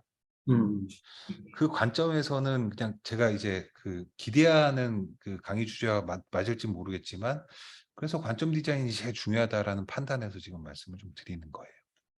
무엇을 하셔도 무엇으로 시작하셔도 제 개인적인 관점은 상관없답니다. 얼마나 빨리 통찰력을 갖느냐인 거죠. 왜냐하면 통찰력은 다른 말로 학습 능력으로도 표현이 되거든요. 그 음, 관점이기 때문에 네. 알겠습니다. 예, 너무 오답을 해갖고 죄송합니다. 아닙니다. 좋은 답변이었던 것 같습니다. 아마 여기 청취하시는, 그리고 앞으로 이렇게 레코딩 되는 거를 나중에 누군가 보시게 될 그런 젊은, 네네. 데이터 사이언티스트를 지향하시는 분들한테는 아주 훌륭한 답변이 될 것 같습니다. 감사합니다. 감사합니다. 네, 계속 해주시죠. 네네. 그래서 그 다음 장 말씀드리면 그 인터넷에서 저기 뭐 저작권 없이 제가 그냥 붙여온 건데요. 그 여기 뭐 서브젝 그러니까 그 문제 해결 전문가, 그다음에 수학과 통계 날리기, 데이터 스킬, 그리고 소프트 스킬은 문제 해결, 스토리텔링, 컬래버레이션, 큐리어시티, 커뮤니케이션, 크리에이티비티. 그래서 데이터 애널리스트, 머신러닝 엔지니어, 데이터 엔지니어, 데이터 사이언티스트 있는데 그러니까 최 대표님께서 이 질문을 해주셔서 제가 말씀드리는데 다 필요 없습니다. 그러니까 내가 이게 구직할 때는 이런 게 필요할지도 몰라요. 근데 지금 사람인이나 아니면 뭐 링크드인이나 여기서 이런 스킬셋으로 누군가를 평가할 수 있나라고 보면 사실 이것도 현실적이진 않다라고 보는 거고요. 이거를 제가 약간 희화적으로 다음 장에서 표현을 했는데 이거 저기 그 제가 좋아하는 만화 모브사이코 100이거든요. 예. 정확히는 그 한 10년 정도, 10년 이상 회사를 경영한 사장님이 파이썬 공부하면 데이터 사이언티스트 될 것 같습니다. 그리고 데이터 과학자가 되는 가장 빠른 방법은 아까 파이썬부터 하라고 권고를 드렸지만 사장이 되는 게 왜냐하면 살림살이 살아가야 되는 그 절실함과 치열함 때문에 이게 제일 필요한다는데 이거는 사실은 그 이 말이 맞다라고 제가 강조하는 게 아니라 그렇게 접근하면 사실은 우리 너무 바늘구멍이기 때문에 이건 아니다인 거고요. 결국은 기업가 정신이라는 게 무장이 돼야 된다입니다. 그러니까 문제 해결의 능력이 높고 문제 발굴의 능력이 높고 조직 편제나 문제 해결의 여러 가지 해법들을 쓰는 거는 결국은 사실은 치프 오브 익스큐티브 오피서거든요. 근데 그 우리 이 저 기업가 정신이라는 거는 그 하버드 비즈니스 스쿨에서 나오는 이런 책들에 나와 있는데 그러니까 진짜 아까 좋은 질문이라는 게 아까 큐리어시티, 설득이라는 게 커뮤니케이션엔 뭐 설득력 이런 게 포함되어 있는 거죠. 예, 지금까지는 약간 그 날림으로 날 것이라고 말씀드리면 약간 이거는 제가 공부도 좀 한다라는 의미로 말씀을 드리면 뭐 많이 안 합니다만 그 이게 뭐 우리가 어떤 그 요령과 방법을 통해서 경로를 통해서 데이터 사이언티스트, 데이터 분석가, 데이터 엔지니어가 된다. 전 아니라고 봤던 이유가 여기 사실은 증명하는 내용들이 있는데요. 뭐 고등학교 시절에 뭐 기억나시는 분들도 계시겠지만 사회나 역사 배우실 때 그 경험주의 하면 프란시스 베이컨, 그다음에 이 영국에 있는 사람이랑 프로이센에 있는 데카르트가 막 싸웠다. 합리론하고. 그리고 다음 프로이센에 있던 칸트가 형이상으로 저걸 뭐 했다는 기억하실 거예요. 이거를 데이터 관점으로 보면 경험론은 도메인 날리지고 합리론은 데이터 직관, 그다음에 가설 검증력, 그리고 형이상학은 결국 밸류에이션하고 버리피케이션 한다. 아까 말씀드렸던 빅데이터의 그 빅데이터나 그 데이터 분석 프로젝트의 기본이 저는 여기에 있다라고 보고요. 아까 단편적인 프로젝트를 통해서 거시 지표에 대한 상관관계를 나타낸다. 때 데이터는 통상 아시겠지만 발전이나 혁신이라고 하지 않고 진화라고 하거든요. 이볼빙. 이볼빙을 사전으로 찾아봤더니 말장난처럼 들리실지도 모르겠지만 진화라고 하고 사실은 서서히 전진한다라는 뜻을 갖고 있습니다. 이게 저는 데이터를 보는 가장 중요한 관점이라고 보고요. 그래서 공부하지 않더라도 그냥 현상, 내가 면하는 어떤 현상, 그게 맨날 술 먹고 놀든 아니면 책을 읽든 아니면 내 취미 활동에 열의를 다하든 결국 문제를 발굴하고 문제를 분해하고 그 분해된 문제를 통해서 하나하나 해결해 나가고 그게 잘 해결됐나 효과를 분석하는 이 관점이 데이터 사이언티스트를 만드는 가장 중요한 관점이고 가장 기본이고 상식이고 우리 그 사람들이 인생을 면하는 그냥 공통된 관점이라고 보고 있습니다. 거기에 추가하자면 오히려 데이터 사이언티스트는 데이터를 분석하는 역량에 합쳐서 소비자, 뭐 경영자, 이 데이터를 활용할 사람들한테 비즈니스의 용어로 잘 논리적으로 설득하는 게 추가해야 될 관점인 거고요. 거기에 데이터를 분석하는 여러 기법들을 틈틈이 학습하시면 저는 어떤 경로에 계시던 데이터 사이언티스트는 된다라고 생각합니다. 그래서 뭐 저는 인문학을 지금 한 14년째 공부하고 있는데 그 맥락인지 그 컨텍스트 어웨어니스라는 관점에서 인문학 공부를 시작을 했고요. 그래서 뭐 종교학 근데 오히려 그게 비즈니스 도메인에 굉장히 많은 그 문제 발굴의 요건 그리고 각 산업 서로 다른 산업군의 크로스오버하는 해법들을 제안할 수 있는 관점을 줬다라고 저는 스스로 느끼거든요. 그런 관점에서도 딱히 무언가만 공부하면 된다가 아니라 인생을 잘 좋은 질문하면서 하시면 충분히 된다라는 관점입니다. 대신 오늘부터 어떻게 단련하실 거냐, 어떤 질문을 하실 거냐가 매우 중요한 분수령이 되겠죠.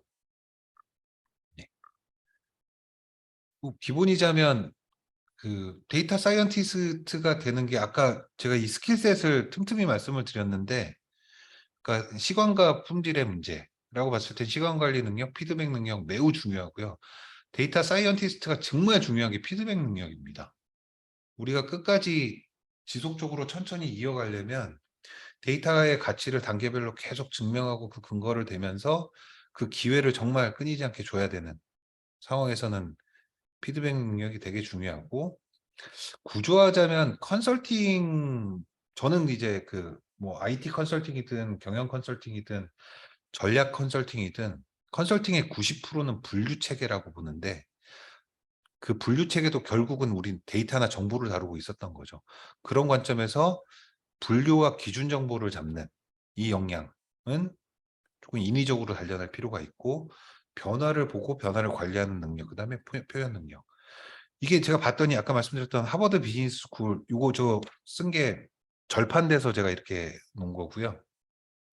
우리가 직장 생활을 하거나 리더십에서 가장 필요한 기본적인 스킬이 제가 아무리 생각하고 이거보다 더 나은 스킬이 있을까라고 생각하는데도 불구하고 데이터 사이언스의 자질, 스킬, 커리어 패스는 결국 여기 있네. 데이터 사이언스 이퀄 리더십이네라는 사실은 결론을 얻었던 게 저는 여기 있다라고 보는 거고요. 그걸 가속화하는 건 여러분들 그 중학교 때 한문 시간에 배웠던 다독, 다작, 다상량입니다. 그래서 결론은 현상을 바라보는 눈이라고 맨 서두에 말씀을 드렸는데요. 이거를 굳이 프리드리 니체 말을 보자면 청개의 눈으로 세상을 바라본다. 이게 두 개의 책에 똑같은 문구를 썼더라고요. 그리고 그 자서전에서는 내 인생은 시도와 부름이 유일한 행보였다는데 그 아까 말씀드렸듯이 데이터 사이언티스트가 되는 건 특정한 로드맵을 그리는 게 아니라 그 일상의 그런 질문들을 하고 그 현상을 바라보는 눈을 키우는 것부터 시작하고 도구를 잘 활용할 수 있으면 된다라고 말씀드렸던 것처럼 그러니까 자신이 지금 하고 있는 일에 대한 그 애정을 갖는 게 제일 중요한 부분이고요. 이거 거의 지금 말미어서 말씀드리는데 이 생을 열렬히 살아가는 것부터 시작하면 내가 이걸 해도 되나 말아야 되는가 아니라 시도와 도전에 대한 가치를 인식하게 돼서 이 시도와 도전을 다른 말로 이게 부정적인 용어로 하면 시련과 고난이거든요. 이걸 찾아가다 보면 데이터의 가치 찾는 일, 아까 쭉 이어가야만 그 능력이 이제 발현된다라는 측면에서는 진정한 성찰을 얻는 게 진정한 관점, 인사이트, 통찰력, 학습 능력 이걸 준다라는 관점으로 해석할 수 있습니다. 그리고 뭐 이거 되게 중요해요. 그러니까 지금 당장 이렇게 생각을 바꾸셔라는데요. 이거는 저기 보셨겠지만 그 사우디아라비아에서 그 빈살만이 뭐 1,300조 들여서 만들겠다는 네옴시티의 더 라인입니다. 170km, 120km에서 170km를 폭 200m에서 높이 500m까지 쭉 만들고 온실 효과를 없애기 위해서 양면을 전부 다 유리로 만들겠다라고 해서 만든 사진이에요. 이미지적 그 개념도인데 그 이거는 뭐 제가 이렇게 구성을 한 게 아니라 우리나라에서 유명한 인플루언서 그 건축가께서 방송에서 얘기했는데 요 우측 상단에 있는 그림 보면 이런 환경이 벌어질 것이다라고 해서 개념도를 만들었는데 저게 태양광이 들어온 거잖아요. 저 시간은 얼마나 될까요?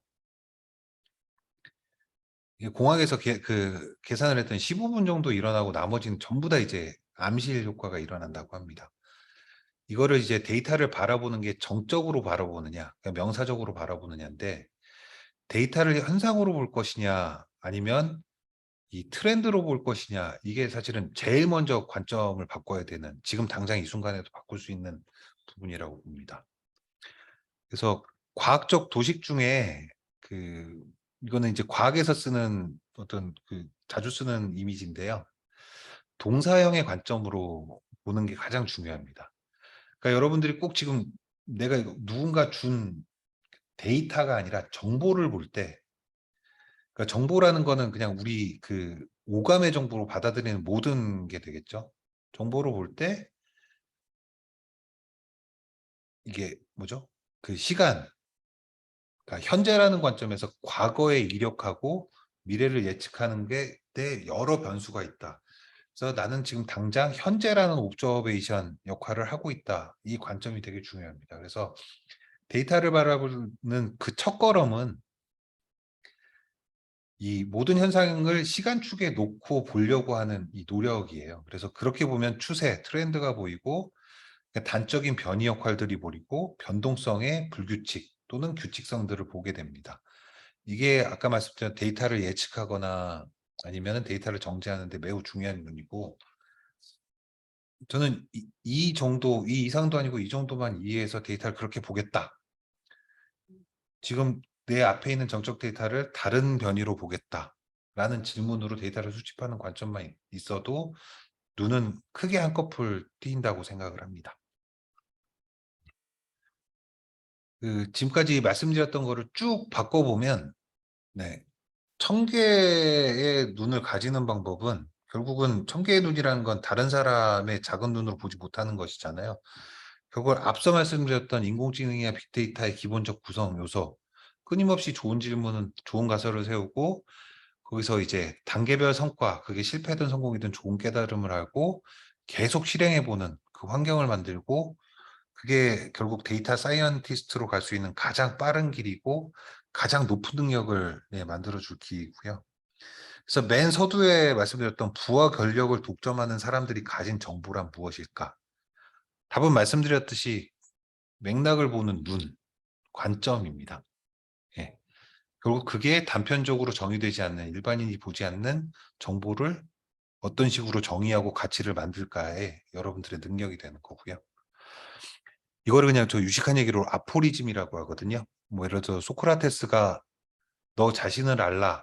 여긴 되게 많은 뜻을 함축하고 있는데 그렇게 어떤 그 잠언이나 명언으로 푸는 걸 아포리즘이라고 합니다.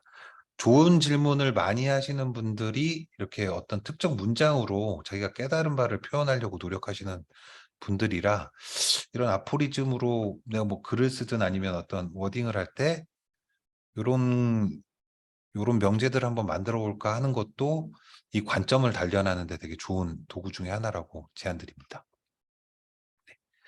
우선 저기 세션 1은 여기까지 하고요. 예.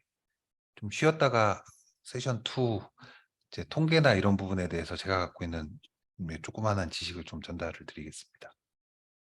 네, 훌륭한 강의 감사드립니다. 네, 그 세션은 아주 감명 있게 잘 들었고요. 아마 많은 분들한테 다 도움이 되었을 것 같습니다. 이따가 네, 뭐 질문하실 분 계시면 혹시 네, 없으시면 이따가 뭐 2부 한번에 끝나고 몰아서 해도 되고요. 그것은 다들 이제 아주 열광으로 1시간 벌써 40분 가까이 진행이 되셔가지고 브레이크 타임이 좀 약간 줄어들었지만 그래도 쉬시고 이따가 오후 4시부터 다시 세션 2 진행하는 걸로 하시죠. 네, 네, 네, 네, 나가지 알겠습니다. 마시고 그냥 잠깐만 이제 마이크하고 스크린만 잠깐 이렇게 소거시켜 놓으시고 다시 4시에 뵙도록 하겠습니다. 네, 감사합니다.